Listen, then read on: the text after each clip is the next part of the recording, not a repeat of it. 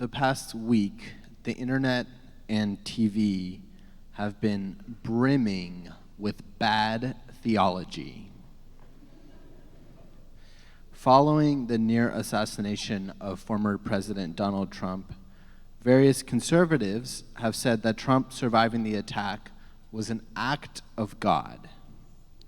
Speaking on Fox News, Republican politician and businessman Vivek Ramaswamy said, "I personally believe that God intervened, not just on behalf of President Trump, but on behalf of our country." Trump supporter Pastor Robert Jeffress preached a similar message. He said, "What happened is a demonstration of the power of the Almighty," he said as his congregation applauded. "I mean, what happened was inexplicable apart from God. God spared him for the purpose of calling our nation back to its Judeo-Christian foundation." Even putting to the side the Judeo-Christian part, Ramaswamy and Jeffress were preaching bad theology for a very basic reason. If God can intervene in the world, as they suggested, why would God allow innocent people to suffer? Where was God when the rally spectator behind Donald Trump was shot and died? Where was God during mass shootings? Where was God during countless other horrible events? But then I saw this animation online that showed just how narrowly the bullet missed Donald Trump's head. Trump was talking, and he sort of turned into this weird thing that he does, maybe, and the bullet whizzed right by him, scraping his ear. He tilted his head slightly. It was a matter of a couple inches and split seconds that could have ended his life and perhaps even changed history. Now, don't worry, I'm not here tonight to say that Trump was saved by God or that he was chosen to protect our country. But when I saw this animation online, I thought, what if I were in his situation? What if a tilt of my head had saved my life? What would I think? Would I think that there was a higher power at work if I had a brush with death that was that close?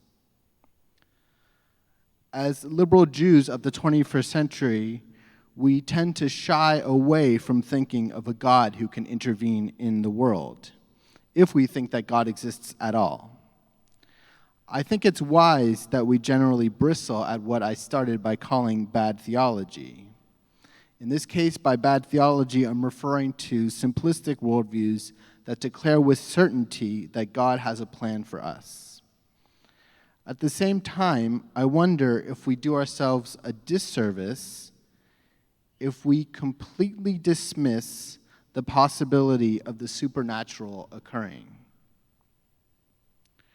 We do ourselves a disservice if we completely dismiss the possibility of miracles. It seems that throughout human history, folks have been a lot more open to divine intervention happening, to say the least. For example, in Balak, our Torah portion this week, a lot of stock is placed in the prophet Balaam's ability to bless or curse the Israelites. And, of course, this parsha is also known for its talking donkey.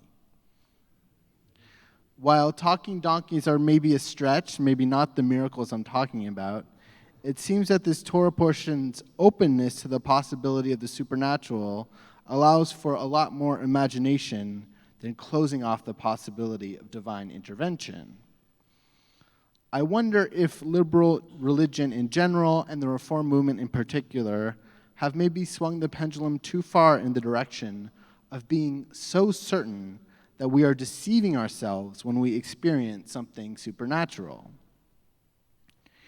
In the Pittsburgh Platform of 1885, leaders of the Reform movement wrote boldly that Judaism, quote, represents the highest conception of the God idea, and that Judaism's God idea is the central religious truth for the entire human race. They weren't very humble. The authors of the platform thought that Jewish religion was the best.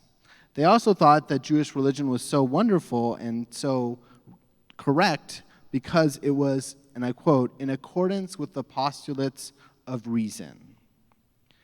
These leaders, who were caught up in the optimism of the Enlightenment, believed that we should all strive for rational thought, including in our religious lives. The Reform leaders famously looked down on the mystical parts of our Jewish tradition, and they would have bristled at and called superstitious any belief that tilting one's head and avoiding a bullet was a miracle. The hard part about saying that we should believe in miracles is that on closer examination, most things that seem like miracles actually have rational explanations. If we zoom out, there is the miracle of our existence, but that can be explained by science and millions of years of evolution. On a more personal level, I want to share with you a moment I had in my life where I felt like I was having a supernatural experience. This happened right after my daughter was born, or a couple days later. As my wife and I left the hospital with our newborn, I noticed that a van from a mortuary had pulled up right beside our car in the hospital garage. Here we were taking this beautiful new life out of the hospital, and I looked at the mortuary van, and these people came with what was a corpse and loaded the corpse into the mortuary van.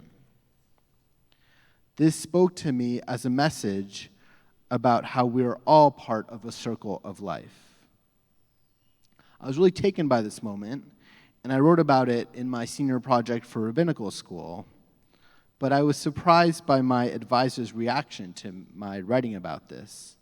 He gave me feedback that it's very common for mortuary vans to come to hospitals.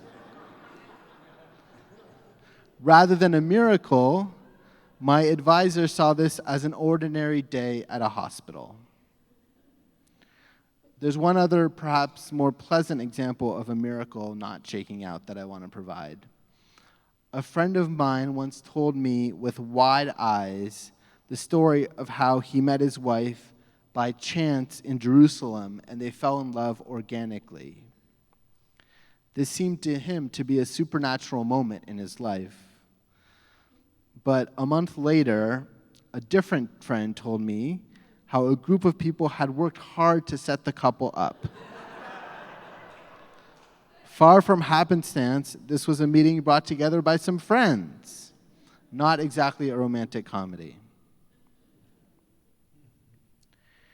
If what we think of as miracles tend not to hold water, where does that leave us? Well, that moment in the hospital made a real impression on me. My friend to this day really believes he was destined to meet his now wife.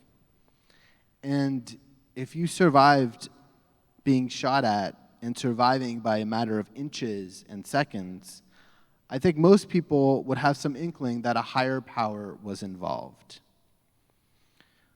Ultimately, I'm reminded of a maxim by the biblical scholar Aviva Zornberg. She wrote about it in an obscure essay in Moment magazine many years ago.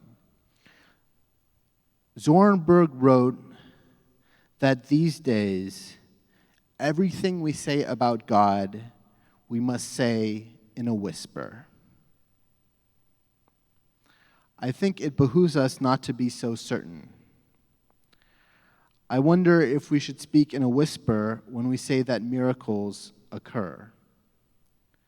But I also think we should speak in a whisper when we say we're sure that miracles don't happen. If we remain open to the possibility of something incredible taking place, who knows what will happen next? Shabbat Shalom.